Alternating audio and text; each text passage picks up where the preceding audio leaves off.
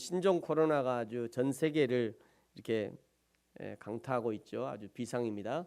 해외 여행이나 집단적으로 모여서 이제 행사하는 것을 많이 취소하고 있고요. 교회도 이렇게 모이지 않는 교회들도 이럴 때는 좀 주의하고 있고, 아마 광산구에는 오늘 주일을 모이지 않는 교회도 있을 것 같긴 해요. 그래서 어제 이렇게 전체 이제 문자를 드려서 그래도 이제 아프신 분들은 이렇게 제가 특별히 말씀을 드려서 교회 오시기 어려우면 집에서 이렇게 예배하셔도 되겠다고 이렇게 말씀드렸습니다.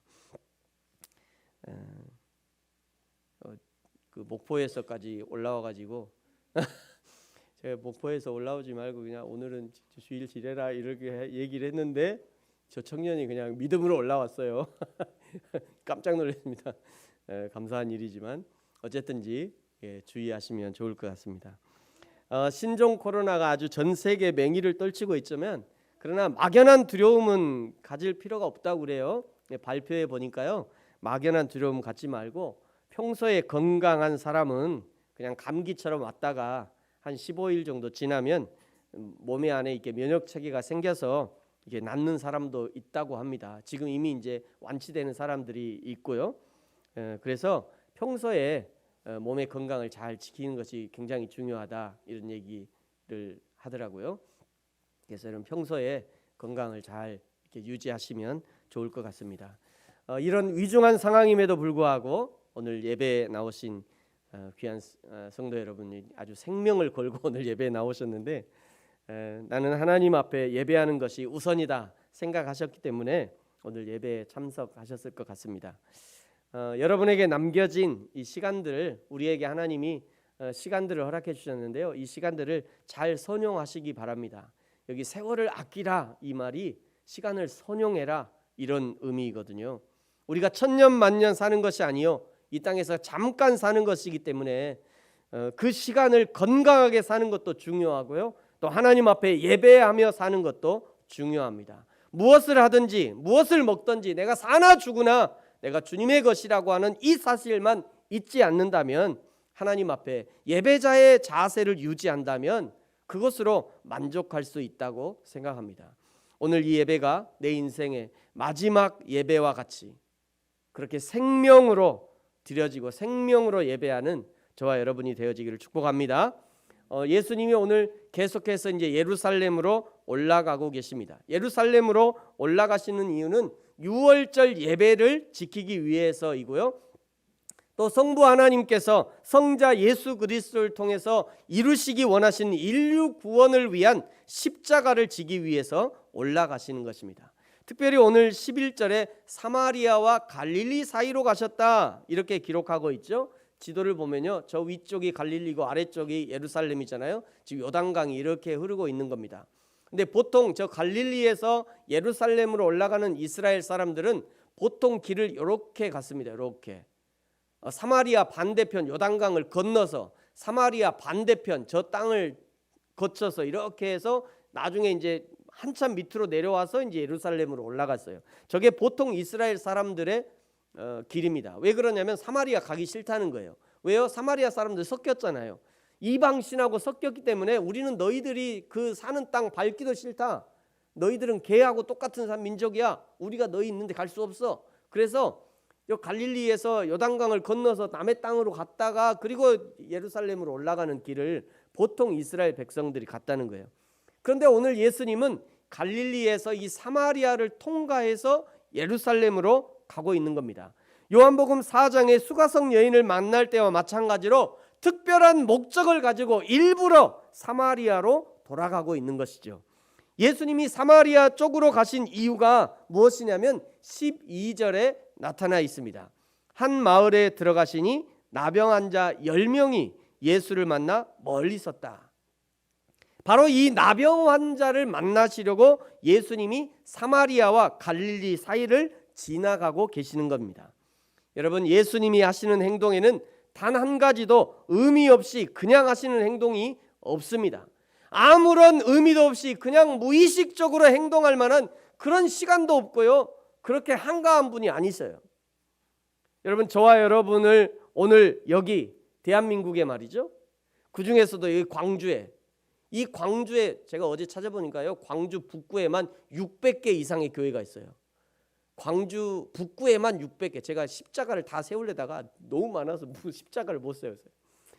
600개 이상의 교회가 있는데 그 중에도 여기 부르심 교회로 하나님이 우리를 부르신 데는 다 뜻과 이유가 있다는 거예요. 다 있습니다. 뜻과 이유가. 저와 여러분이 함께 만나 예배하고 교회를 섬기는 것도 다 뜻과 이유가 있다니까요. 저와 여러분이 오늘 생명으로 살고 있는 것도 다 하나님의 뜻과 계획이 있는 거예요. 그 하나님의 뜻과 계획을 찾아가는 것이 신앙생활입니다. 그 하나님의 뜻과 계획을 발견하고 하나님의 뜻대로 계획대로 살아가는 사람을 우리는 뭐라고 하냐? 사명자다. 이렇게 얘기하는 거예요.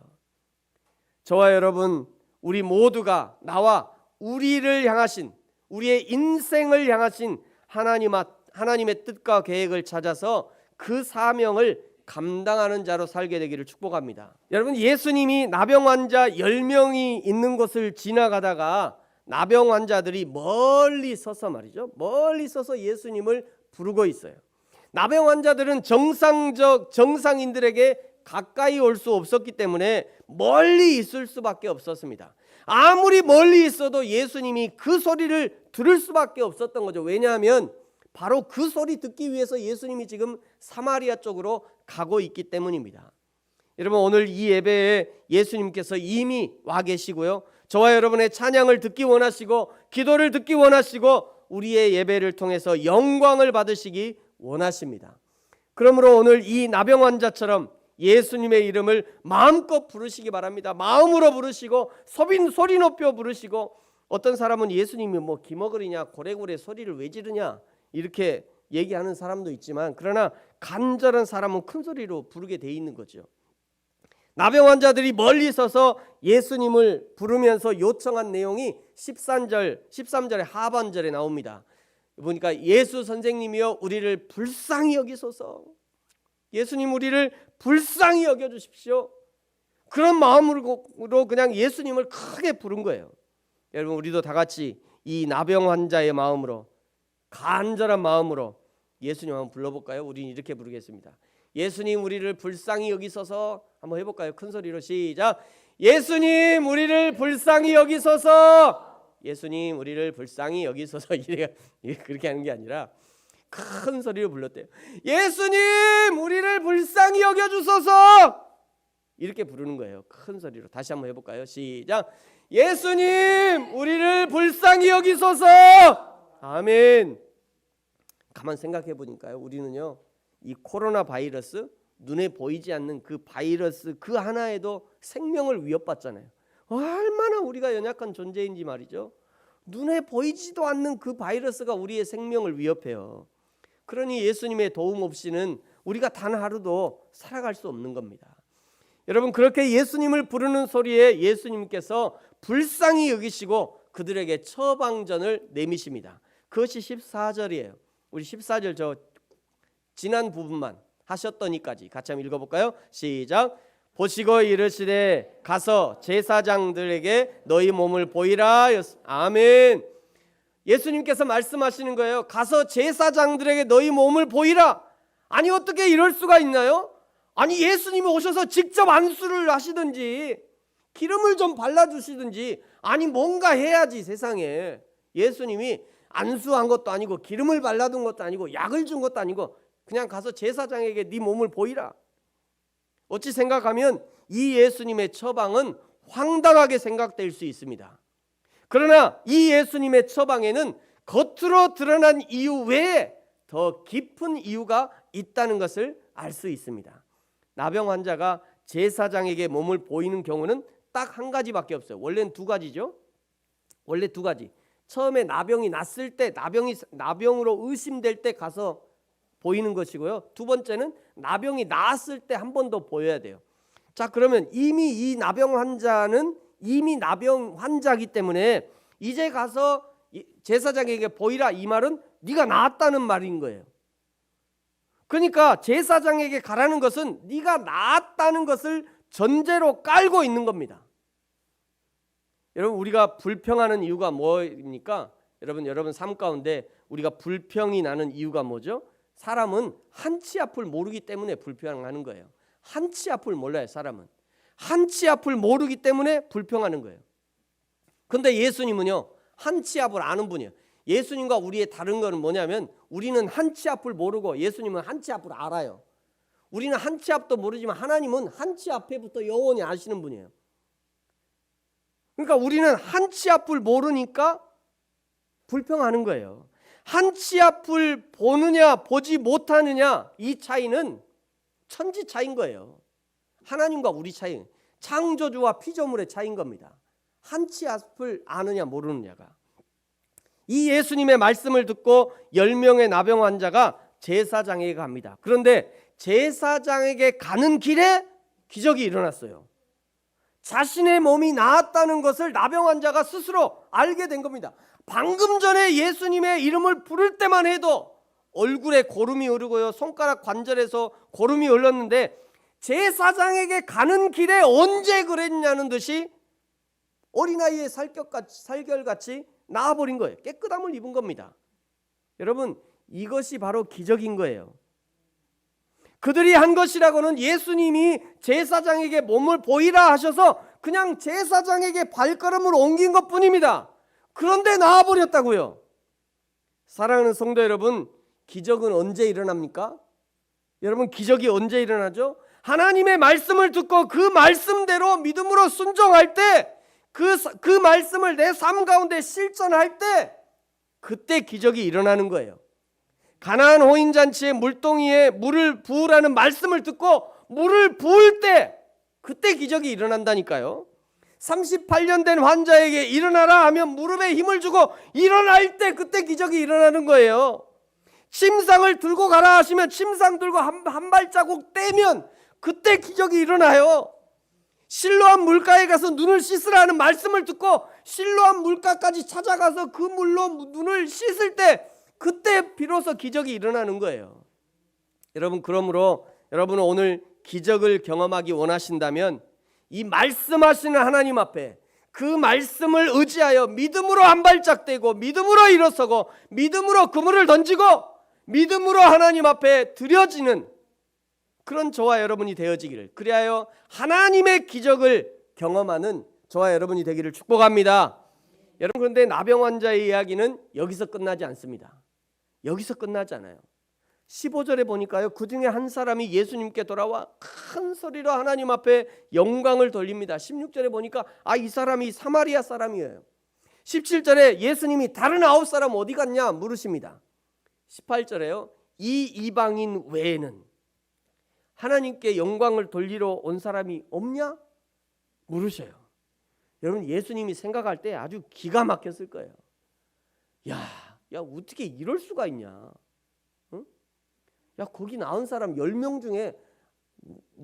중에 분명히 이스라엘 사람들이 있다는 것을 아는데 세상에 그거 감사하러 온 사람이 달랑 사마리아 한 사람이냐? 지금 예수님이 그런 얘기하고 계시는 거예요. 그리고 드디어 19절에 예수님께서 이 이방인 사마리아인에게 구원을 선포하십니다.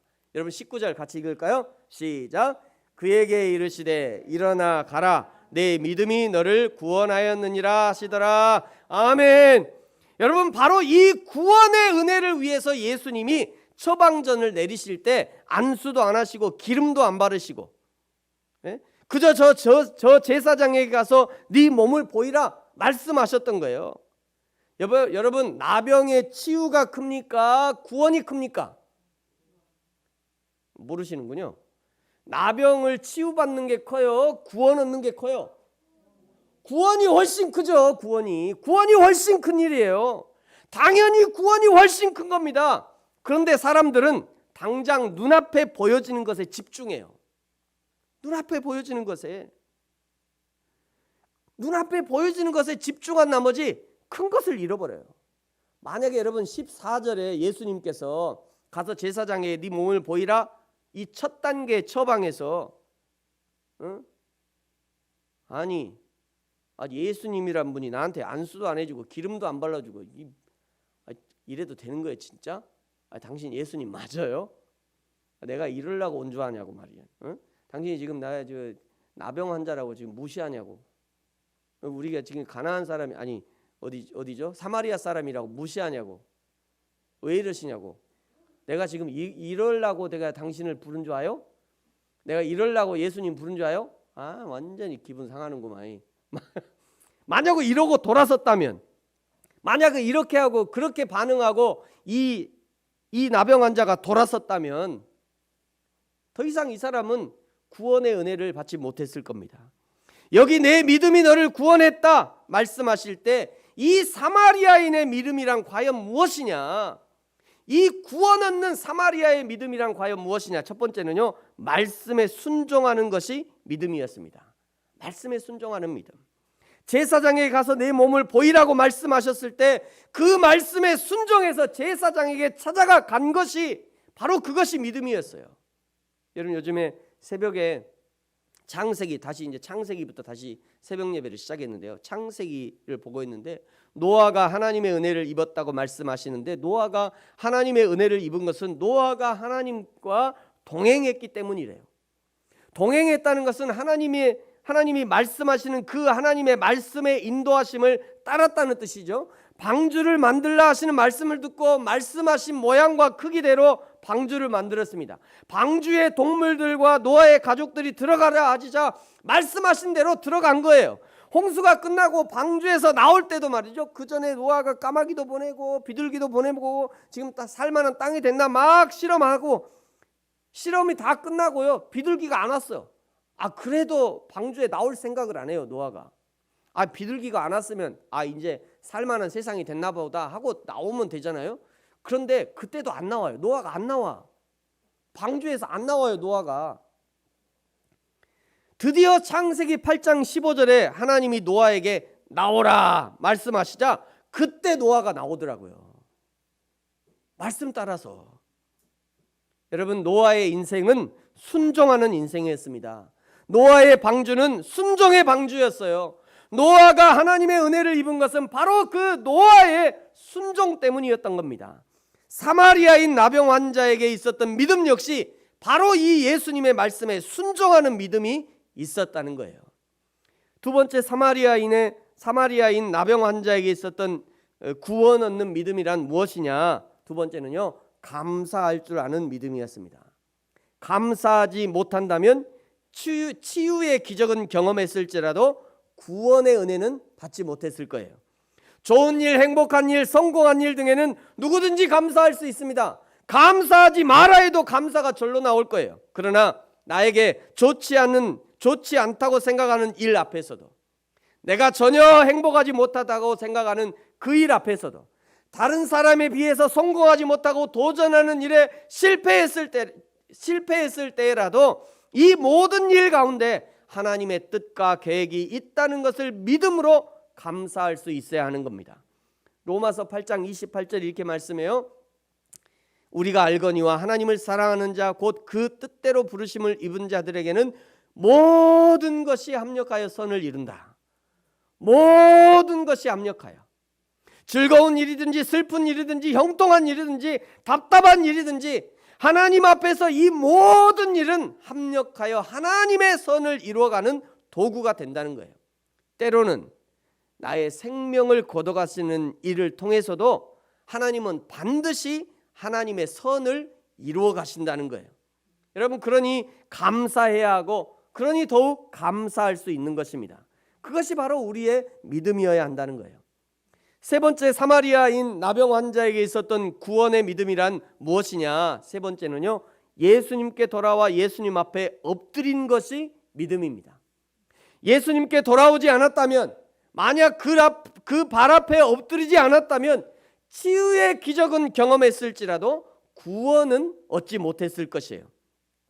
우리는 어떻게 하나님 앞에 엎드릴 수 있습니까? 예배를 통해서 나는 하나님의 은혜 아니면 살아갈 수 없다고 고백하는 것이 하나님 앞에 엎드리는 행위입니다. 기도와 찬양을 통해서, 기도가 아니면, 찬양이 아니면 내가 숨 쉴 수 없다고 고백하는 것이 하나님 앞에 엎드리는 행위가 되는 거예요. 우리가 하나님 앞에 예배하고 기도하는 것을 돕기 위해서 교회에서는 공예배가 있는 거예요. 여러분, 물론 교회에서 준비하는 공예배만 하나님께 드려지는 예배는 아닙니다. 이번처럼 특별한 경우에는, 정말 교회에 나오기 어려운 경우에는 얼마든지 집에서 혼자 아이들과 또 TV나 라디오를 통해서, 인터넷을 통해서 예배할 수 있어요. 그러나 그것이 결코 쉬운 일이 아니기 때문에 여러분의 예배를 돕기 위해서, 우리의 예배를 돕기 위해서 교회에서는 공예배가 있는 것입니다. 중요한 것은 하나님의 은혜를 입었다면, 하나님의 은혜를 더 입기 원한다면 하나님 앞에 예배함으로, 기도함으로, 찬양함으로 엎드릴 수 있어야 한다는 것이에요. 오늘 이 세 가지, 이 나병 환자의 구원 얻는 믿음 세 가지. 첫 번째는 예수님의 말씀에 순종한 믿음, 두 번째는 예수님 앞에 감사한 믿음, 세 번째는 예수님 앞에 엎드려 경배하는 그 믿음이 오늘 사마리아 사람 나병 환자를 구원으로 인도한 것처럼 저와 여러분에게 이 구원 얻는 믿음, 순종하고 감사하고 하나님 앞에 엎드릴 수 있는 믿음이 있어지기를, 그리하여 구원에 합당한 저와 여러분이 되어지기를 예수님의 이름으로 축복합니다. 기도하겠습니다.